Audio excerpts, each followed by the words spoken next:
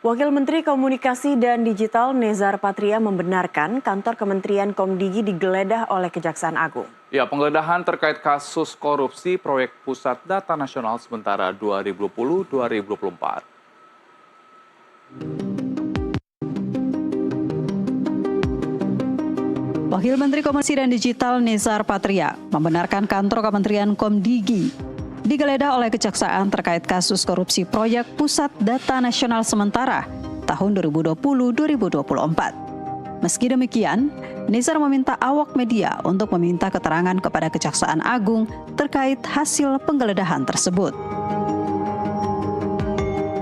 Hal itu diungkapkan Nezar saat ditemui di Jakarta Selatan Jumat petang.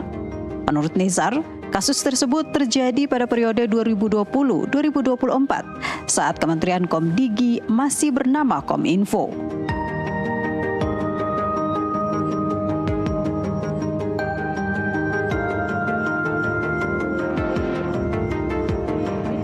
Nezar mengaku tidak tahu menahu soal kasus tersebut meski ia sudah menjabat sebagai wakil menteri sejak tahun 2023.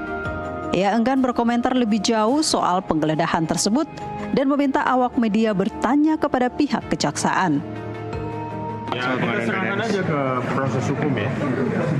Karena itu kan terkait dengan kasus BDNS dan itu follow up-nya. Jadi ya kita serahkan pada proses hukum.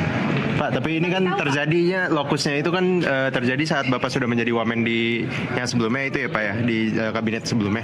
Nah itu apakah Bapak sebelumnya tidak pernah tahun 2020 ke 2024. Nah itu kan masih bersinggungan gitu Pak sama zaman Bapak di kabinet sebelumnya. Apakah sebelumnya Bapak tidak pernah mencium ada korupsi gitu ada Nah, itu kan berkelanjutan.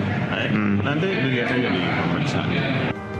Sebagai informasi, Kejaksaan Negeri Jakarta Pusat menggeledah kantor Kementerian Komdigi terkait kasus korupsi pengadaan barang dan jasa dan pengelolaan PDNS pada Kementerian Komunikasi dan Informatika tahun 2020-2024. Meski belum mengumumkan tersangka dalam kasus ini, tetapi kerugian negara diperkirakan mencapai 500 miliar rupiah.